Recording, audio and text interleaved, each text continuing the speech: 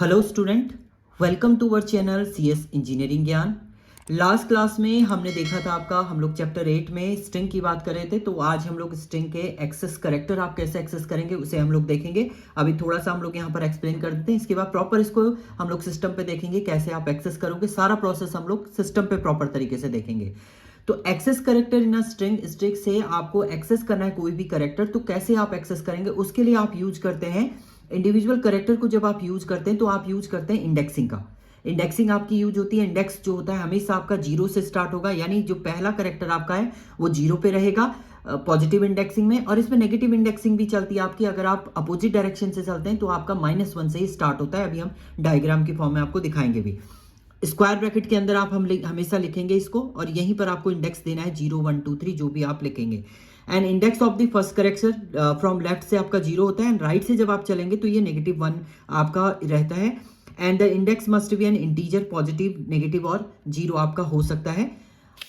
इसके बाद आप देखिए यहाँ पर आपने इनिशियलाइज स्ट्रिंग, एक स्ट्रिंग आपने दिया है। अब देखिए फर्स्ट करेक्टर आपको एक्सेस करना है तो आप str 0 लिख देंगे स्क्वायर ब्रैकेट में, तो पहला करेक्टर आपका h जो है रिटर्न कर देगा। 6 आप करेंगे तो 6 करेक्टर आपको मिलेगा, 13 पे 13 करेक्टर। इस टाइप से आप इसको एक्सेस करेंगे। और अगर आप ऐसी वैल्यू देते हैं जिसका इंडेक्स आपका अवेलेबल नहीं हो स्ट्रिंग में, तो उस केस में ये इंडेक्स एरर आपको दे देता है कि string index out of range आपका हो जाएगा। उस केस में आउट ऑफ रेंज हो जाएगी। एंड इसके अलावा अगर आप मैथमेटिकल एक्शन भी परफॉर्म करते हैं str1 4 + 2, पहले दोनों ऐड होंगे 6, तो 6 इंडेक्स पे str में जो वैल्यू होगी आपकी वो आपका रिटर्न करेगा।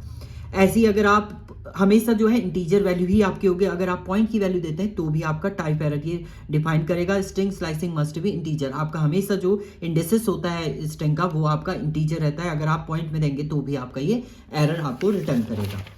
So Python allow an index value to negative also, आपका नेगेटिव वैल्यू भी ये एक्सेस करता है। Negative indexes are use when we want to access the character of a string from the right to left. अगर आपको right से left की तरफ एक्सेस करना है तो आप नेगेटिव इंडेक्सिंग का यूज करेंगे। जैसे अगर हम str1 -1 करते हैं तो लास्ट जो वैल्यू होगी वो आपका एक्सेस होगा। -14 पे नेगेटिव की आप चलेंगे, जैसे आप इस टेबल में देख रहे हैं। देखिए पॉजिटिव इंडेक्सिंग की हम बात करें 0 1 2 3 ये आपका है 13 तक। नेगेटिव इंडेक्सिंग आपका -1 रख रहे हैं तो S आएगा, -14 आप रख रहे हैं तो H आएगा आपका। -9 पे स्पेस हो जाएगा आपका, इसमें स्पेस भी आपका काउंट होता है। इंडेक्सिंग जो है आपकी स्पेसिंग की भी यहाँ पर काउंट होगी। तो प्रॉपर तरीके से हम लोग सिस्टम पे देखते हैं इसको। चलिए सिस्टम पे हम लोग चलते हैं। तो अब हम लोग कोड देखेंगे, तो आप आइडियली को अपने ओपन कर लीजिएगा। तो सबसे पहले हम लोग फाइल को क्या करते हैं, एक न्यू फाइल आप क्रिएट कर लीजिएगा। फाइल को क्रिएट करने के बाद आप सबसे पहले फाइल को सेव कर देंगे। सेव एज कर देते हैं, जहां भी आपको इसको सेव करना है वहां आप सेव कर लीजिए।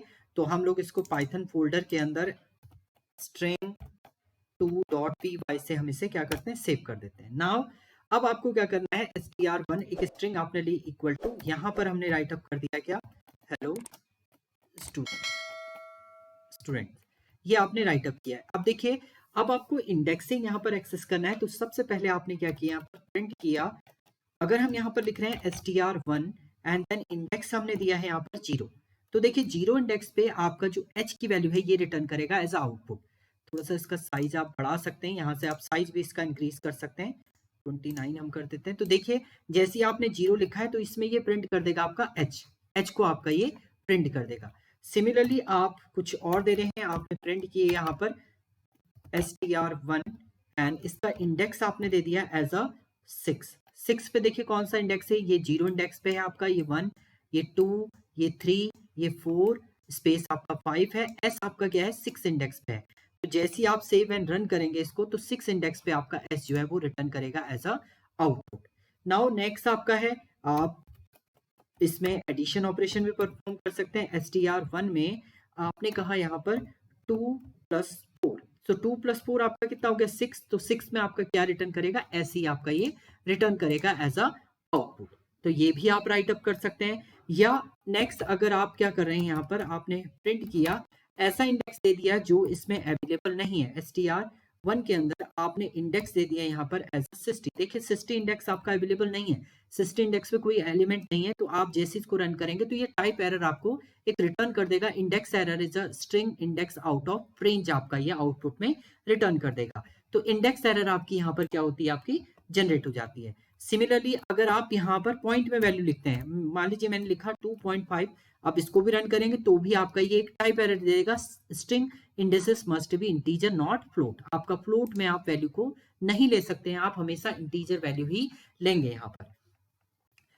इसी वे में आप क्या कर सकते हैं, नेगेटिव इंडेक्सिंग भी आप इसमें यूज कर सकते हैं। तो चलिए ये तो एरर दे रहा है, हम इसे इसको कमेंट में लिख देते हैं। अब दोबारा से हम लोग यहाँ पर, अब मैं नेगेटिव इंडेक्सिंग की बात करता हूँ। यहाँ पर प्रिंट किया आपने str1 and then negative indexing आपका हमेशा स्टार्ट होगा -1 और ये अपोजिट से आपका स्टार्ट होगा राइट हैंड साइड। तो इसमें जो रिटर्न करेगा आपका वो एस ये रिटर्न कर देगा एज अ आउटपुट।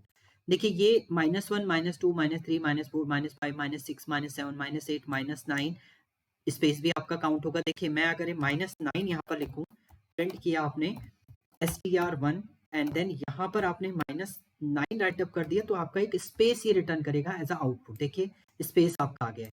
इसी वे में अगर आप -10 करते हैं, प्रिंट किया आपने एंड str1 एंड देन आपने यहाँ पर -10 कर दिया तो -10 पे क्या वैल्यू आ जाएगी आपकी, ये ओ को आपका रिटर्न करेगा एज अ आउटपुट।